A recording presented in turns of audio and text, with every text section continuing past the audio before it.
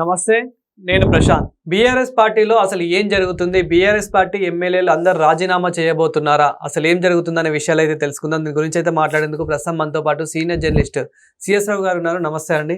నమస్తే sir, BRS పార్టీలో అసలు ఏం జరుగుతుంది? బీఆర్ఎస్ పార్టీలో ఎమ్మెల్యేలు అందరూ రాజీనామా చేయబోతున్నారు అన్నట్టు కొంచెం సోషల్ మీడియాలో వైరల్ చేస్తూ ఉన్నారు. ఇది ఎంతవరకు నిజం? అసలు ఏం జరుగుతుంది? వాళ్ళు రాజీనామా చేయాలి అనేటువంటి డిమాండ్ బీఎస్పీ నేత వట్టే జానయ్య గారు డిమాండ్ చేస్తున్నారు. ఆయన ఎందుకు చేస్తున్నారు వట్టే జానయ్య గారు అని అంటే, ఆయన ఫోన్ ట్యాపింగ్ కేసుకు సంబంధించి అనేక మందిని పిలుస్తూ ఉన్నారు. పిలిచి వాళ్ళ వాంగ్మూలాలు తీసుకుంటున్నారు సిట్, తెలంగాణ సిట్. ఆ సందర్భంగా ఆయన విచారణకు పిలిచారు. సోమవారం రోజు విచారణకు హాజరయ్యారు. విచారణకు హాజరై బయటకు వచ్చిన తర్వాత మీడియాతోటి మాట్లాడారు. ఆయన మాట్లాడుతూ ఈ ఫోన్ ట్యాపింగ్కి సంబంధించినటువంటి విచారణ జరిగింది, అడిగారు. ఫోన్ ట్యాపింగ్ జరిగింది, ఆయన ఓడిపోవడానికి కారణం కూడా ఫోన్ ట్యాపింగ్ అని చెప్పాడు. ఫోన్ ట్యాప్ చేశారు. ఫోన్ ట్యాప్ చేసి ఈ గెలిచినటువంటి 30 మంది ఎమ్మెల్యేలు కూడా బీఆర్ఎస్ పార్టీ ఫోన్ ట్యాపింగ్ చేసినందువల్లనే గెలిచారు, లేదంటే వీళ్ళు గెలవరు 38 మంది అని చెప్పి చెబుతున్నారు. సో ఆయన ఏమంటాడు, ఇప్పుడు అసలు వాళ్ళందరూ రాజీనామా చేయాలి, వాళ్ళు ఫోన్ ట్యాపింగ్ కారణంగానే గెలిచారు కాబట్టి అని చెప్పి ఒక డిమాండ్ చేస్తున్నారు. 38 మంది ఎమ్మెల్యేలు ఉన్నారు కదా ఇప్పుడు బీఆర్ఎస్ పార్టీకి, 12 మంది ఏదో కాంగ్రెస్ పార్టీకి వెళ్ళినట్టున్నారు. మిగిలినటువంటి వాళ్ళందరూ కూడా రాజీనామా చేయాలని చెప్పి ఆయన డిమాండ్ చేస్తున్నారు. ఇప్పుడు ఎందుకు అని అంటే, ఈ ఫోన్ ట్యాపింగ్ చేసి ఎన్నికల్లో ప్రత్యర్థుల్ని ప్రచారాన్ని చేయకుండా కట్టడి చేశారు, ఎలక్షనీరింగ్ చేయకుండా కట్టడి చేశారు, ఎన్నికల ప్రక్రియలో పాల్గొనకుండా కట్టడి చేశారు, ప్రత్యర్థులను కట్టడి చేసి గెలిచారు. కాబట్టి ఎన్నికల కమిషన్కి కంప్లైంట్ చేస్తాం మేము, అందుకంటే ముందు నైతికంగా వీళ్ళు రాజీనామా చేయాలి అని చెప్పి ఆయన అంటూ ఉన్నారు. చెప్తూ అసలు ఈ ఫోన్ ట్యాపింగ్ ఎవరు చేశారంటే జగదీష్ రెడ్డి గారు చేశారని చెప్పి ఆయన మీద ఆరోపణ చేస్తున్నారు వట్టే జానయ్య. జగదీష్ రెడ్డి ఫోన్ ట్యాపింగ్ చేసి ప్రత్యర్థుల మీద ఆయన గెలిచాడు. లింగ్ అంట నల్గొండలో ఒకడే ఉన్నాడు గెలిచి బీఆర్ఎస్ పార్టీలో, ఆయన కూడా రాజీనామా చేయాలి, ఆయన ఫోన్ ట్యాపింగ్ చేశాడని ఆరోపణలు తీవ్రంగా చేసి ఆయన ఆరోపిస్తూ అదే విషయాన్ని నేను అక్కడ చెప్పానని చెప్పాడు. విచారణ సందర్భంగా విచారణ అధికారులు కూడా నేను అదే చెప్పానని చెప్పాడు. అప్పట్లో బీఎస్పీ రాష్ట్ర కన్వీనర్గా ఉన్నటువంటి ఆర్ఎస్ ప్రవీణ్ కుమార్ గారి ప్రస్తావన కూడా తీసుకొచ్చారు ఆయన. ఆ రోజుల్లో అప్పుడు ఆయన కన్వీనర్గా ఉన్నప్పుడు ఈ ఫోన్ ట్యాపింగ్ విషయాన్ని ఆయనకు కూడా చెప్పారంట. బేసికల్గా ఆయన ఐపీఎస్ ఆఫీసర్.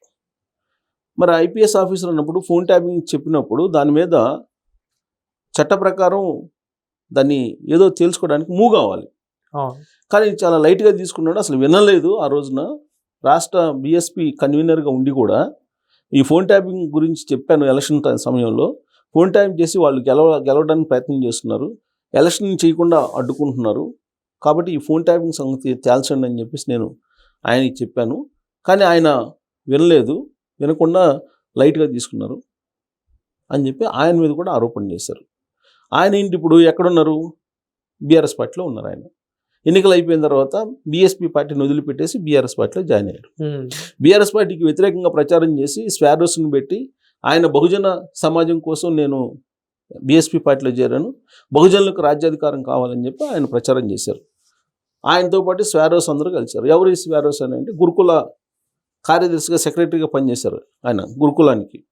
ఆయన ఆధ్వర్యంలో గురుకులాలు తెలంగాణలో దాదాపు 8 years పాటు ఉన్నాయి.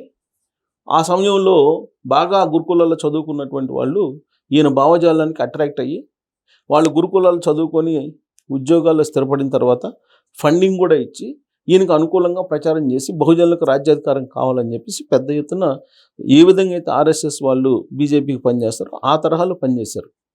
సీన్ కట్ చేస్తే ఎన్నికలు అయిపోయిన తర్వాత బీఆర్ఎస్ పార్టీలో జాయిన్ అయ్యారు ఆయన.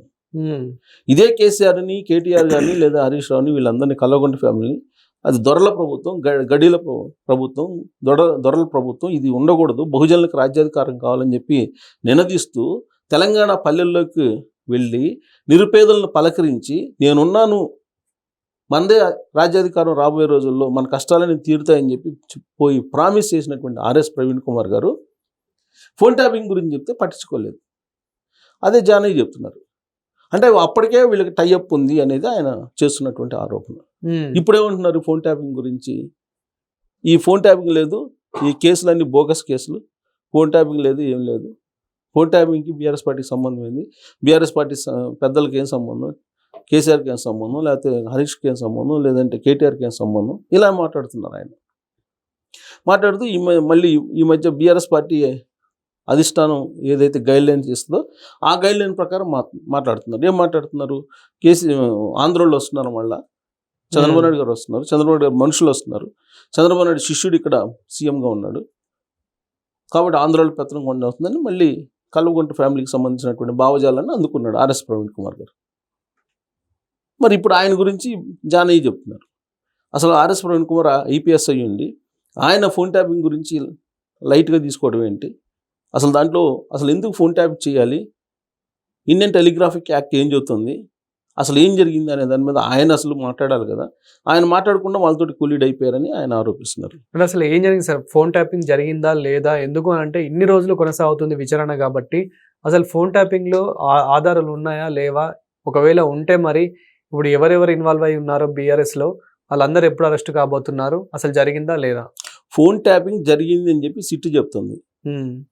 ఆల్రెడీ ఛార్జ్ షీట్లో రిమాండ్ రిపోర్ట్స్లో పొందుపరిచారు కదా ఫోన్ ట్యాపింగ్ జరిగింది అని చెప్పి.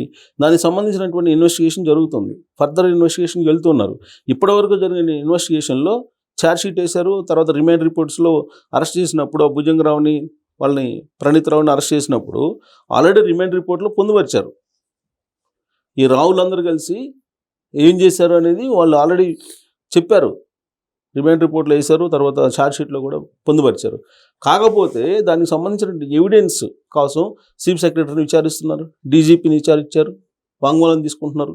తర్వాత కొన్ని వందల మందికి సంబంధించినటువంటి ఫోన్ ట్యాపింగ్లు జరిగిందని చెప్పి ఆరోపణలు వస్తున్నటువంటి క్రమంలో ఎవరెవరు ఫోన్లు అయితే ట్యాప్ జరిగినాయో వాళ్ళందరినీ పిలిచి వాంగ్మూలాలు తీసుకుంటున్నారు.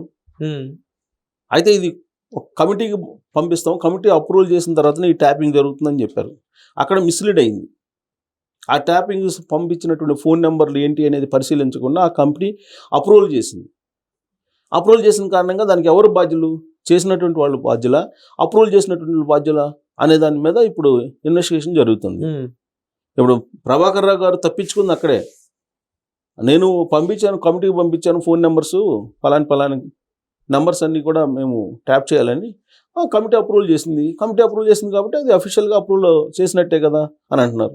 ఎవరెవరు హీరోయిన్లు చేయమన్నారా అప్రూవల్, హీరోయిన్ ఫోన్లు అప్రూవల్ చేయమన్నా, పారిశ్రామికవేత్తలు ట్యాప్ చేయమన్నారా, హీరోయిన్లు చేయమన్నారా, వాణిజ్యవేత్తలు చేయమన్నారా, పొలిటీషియన్స్ చేయమన్నారా, ఎవరో చేయమన్నారు, ఉగ్రవాదులు ఇవన్నీ తీవ్రవాదుల ఫోన్లు ట్యాప్ చేయమంటారు అంతే తప్ప వీళ్ళవన్నీ ట్యాప్ చేయమన్నారు. అది వీళ్ళు చేసిన పొరపాటు ఏంటంటే ఆ ఫోన్ నెంబర్లు క్రాస్ చెక్ చేయాలి, క్రాస్ చెక్ చేయకుండా ఆ కమిటీ అప్రూవ్ చేసింది. ఆ కమిటీలో చీఫ్ సెక్రటరీ, డీజీపీ వీళ్ళందరూ ఉంటారు.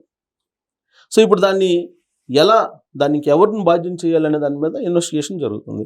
దాంట్లో భాగంగానే వీళ్ళందరినీ పిలుస్తున్నారు. జానయ్య కూడా నిన్న వెళ్ళొచ్చారు, జానయ్య గారు నిన్న వెళ్ళొచ్చి ఆయన ప్రెస్ మీట్ పెట్టి మాట్లాడుతూ ప్రెస్ తోటి ఫోన్ ట్యాపింగ్ గురించి నన్ను విచారించారు, నేను చెప్పాను అని చెప్పారు. ఆయన చెప్తూ ఈ మాటలు చెప్పడం జరిగింది.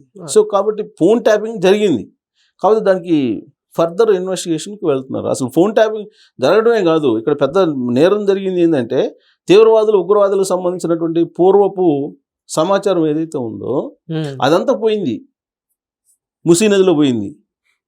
మూసీ నదిలో పారేశారు హార్డ్ డిస్క్లను, తర్వాత పెన్ డ్రైవ్లను కాల్చేశారు, కొన్నేమో కాల్చి పడేశారు, కొన్నేమో మూసీ నదిలో వేసేసారు. అసలు డేటా పోయింది, అది పెద్ద నేరం కదా. ఇప్పుడు ఆ దిశగా ఇప్పుడు ఇన్వెస్టిగేషన్ జరుగుతుంది.